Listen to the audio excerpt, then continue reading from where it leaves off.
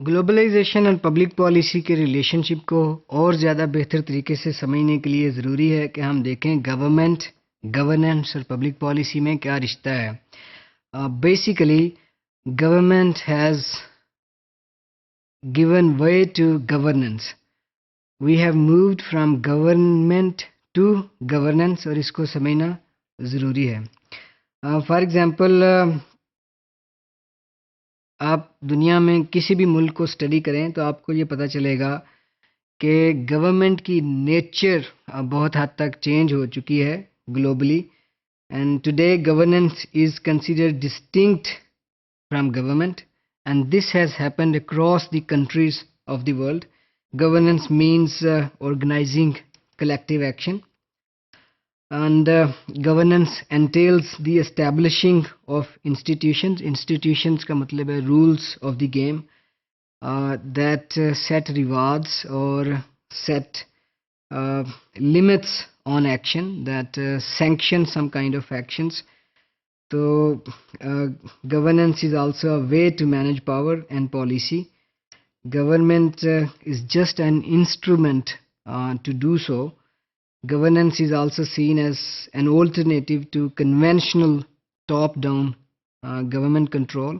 1980s تک western countries میں بھی اور دنیا بھر میں جو governments تھیں, they held the authority to control their societies and they have been delivering services to their citizens.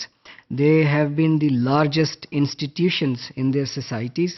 لیکن گورننس کی تھیوری کے انٹروڈیوس ہونے کے بعد یہ جو conventional top down government control تھا, that gave way to more a networked kind of government where government and other actors have been working together to deliver services and to make decisions for societies. Governance clearly embraces government institutions, but they also include informal, non-governmental institutions operating within the public realm. جو کام صرف government کے سمجھے جاتے تھے 1980s تک, governance کے concept اور theory کے انٹروڈیوس ہونے کے بعد those very things have been considered the domain of government, community organisations, networks and the private sector. Why there was a need for the concept of governance? There were a variety of social forces at work which necessitated the need for societies to move from the government to governance. جو پہلی بات جس کی وجہ سے government has been replaced by governance is important to understand کہ societies بہت complex ہو چکی تھیں 1980s کے بعد. اس کی وجہ انفارمیشن اور کمیونیکیشن ٹیکنالوجیز بھی ہیں, لیکن ایک طرح سے نالج کی ایکسپینشن بھی اس کی وجہ تھی. دوسرا ایک اور جو وجہ اس کی بنی, that was the growing and more specialised public administration, جس کی وجہ سے بہت ڈیمانڈ بڑھی for the new kind of expertise, because the complicated and complex societies could not be dealt with easily by the principles of public administration which were developed for top-down government in 1960s and 1970s. پھر 1980s کے بعد internationalisation بہت زیادہ بڑھی اور D centralisation بہت زیادہ promote ہوئی دنیا بھر کے ملکوں میں, اور بہت بڑا ریولیوشن آیا انفارمیشن اینڈ کمیونیکیشن ٹیکنالوجیز نے, جس کی وجہ سے گورننس کے کانسیپٹ کی ضرورت پڑی, جس کی وجہ سے اس بات کی ضرورت پڑی کہ گورنمنٹ کے ٹریڈیشنل انسٹیٹیوشنز کو ری ورک کیا جائے, کیونکہ گورنمنٹ کے ٹریڈیشنل انسٹیٹیوشنز کمپلیکس سوسائٹیز کے پرابلمس حل نہیں کر سکتے تھے. یہ بات ویسٹ کی سوسائٹیز میں بھی درست تھی اور یہ بات ہماری سوسائٹی میں بھی درست تھی. ہماری گورنمنٹ کے انسٹیٹیوشنز بالکل وہی ہیں جو 1960s میں تھے, بہت سارے کچھ چینج ہوئے ہیں، لیکن ہماری سوسائٹی بہت حد تک چینج ہو چکی ہے، کیونکہ اب لٹریسی ریٹ بڑھ گیا ہے، ہائر ایجوکیشن بڑھی ہے، بہت ساری ایجوکیشن بڑھی ہے خواتین میں، تو اس کی وجہ سے خواتین کی لیبر فورس میں پارٹیسپیشن بھی بڑھی ہے، تو گورنمنٹ کو نئے چیلنجز کا سامنا ہے، اور ٹریڈیشنل گورنمنٹ ان سارے چیلنجز کے ساتھ کوپ نہیں کر سکتی۔ اب یہ جو چینج کنڈیشنز ہیں، اس کی وجہ سے پہلے یورپ میں گورنمنٹس اور پارلیمنٹ میں یورپ کی گورنمنٹ اور پارلیمنٹس نے ایکٹیویٹیز ڈیلیگیٹ کرنا شروع کی نیچے کی طرف لوکل گورنمنٹ کو۔ آپ کوئی بھی ویسٹرن کنٹری اٹھا کے دیکھ لیں، بہت سارے فنکشنز ٹرانسپورٹ سے لے کے سینیٹیشن اور ڈرینیج تک ان کی لوکل گورنمنٹس پرفارم کرتی ہیں، اور 1980s میں سوشل کمپلیکسٹی کو مد نظر رکھتے ہوئے بہت سارے ملکوں نے فیڈرل گورنمنٹس نے اور اسٹیٹ گورنمنٹس نے ڈیلیگیٹ کی یہ ساری powers to the local governments outwards to the private organisations. Pakistan میں بھی اب یہ ٹرینڈ ڈیولپ ہو رہا ہے کہ گورنمنٹس اپنے کافی سارے فنکشنز این جی اوز اور پرائیویٹ سیکٹر کے ذریعے پرفارم کر رہی ہیں، اور inward to semi-autonomous state agencies and finally but not least upwards to the global institutions۔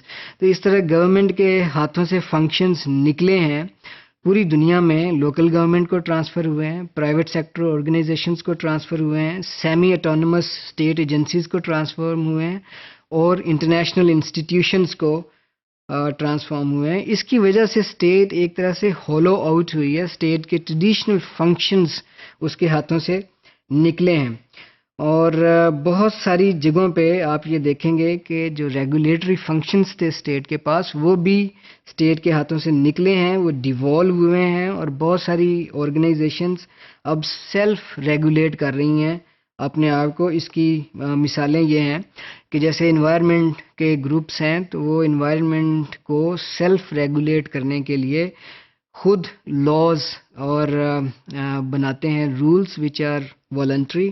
اسی طرح لیبر سٹینڈرڈز ہیں، وہ بھی بہت حد تک اسی طرح بنتے ہیں۔ پھر ویمن رائٹس پر ہیں، یہ بھی سیلف ریگولیشن کی مثالیں ہیں۔ بہت سارا میڈیسن کا کام اور میڈیکل انسٹیٹیوشنز کا کام سیلف ریگولیٹڈ ہے، تو یہ بھی اسٹیٹ کے ہاتھوں سے نکل کے یہ پرائیویٹ سیکٹر کو یا سیلف ریگولیٹنگ باڈیز کو ڈیلیور ہوئے ہیں۔ تو گورننس سے مراد ان بریف یہ ہے کہ it is a transition from hierarchical to more network based forms of decision making. اس سے مراد یہ ہے کہ بہت سارے نیٹ ورکس جو ڈیولپ ہوئے ہیں این جی اوز کی صورت میں، یا انٹرسٹ کوئلیشنز کی صورت میں، یا انٹرسٹ گروپس کی صورت میں، they are working hand in hand with government, or they are developing rules and regulations which are sometimes self-regulatory, sometimes they can be enforced by the formal law، لیکن ایک network kind of decision making وجود میں آئی ہے۔ اسی طرح governance کی وجہ سے پبلک اور پرائیویٹ سیکٹر، اسٹیٹ اور نان اسٹیٹ ایکٹرز میں باؤنڈریز کم ہوئی ہیں، بعض جگہوں پہ ایلیمینیٹ بھی ہوئی ہیں، اور ان میں ڈیفیوژن بڑا ہے۔ So in very short way, governance means the task of governing by the governed and by the governors. It means people in society are participating in the task of governing themselves. اس کی بہت ساری implications ہیں public policy کے لیے۔ This is a global trend and it is observable everywhere in human societies. Globalization کی یہ بہت بڑی امپلیکیشن ہے that governments are moving from government to governance, and they are including private sector, networks, NGOs and other non-state actors in governing their societies. اور public policies کے design میں یہ change بالکل پوری طرح نظر آتی ہے۔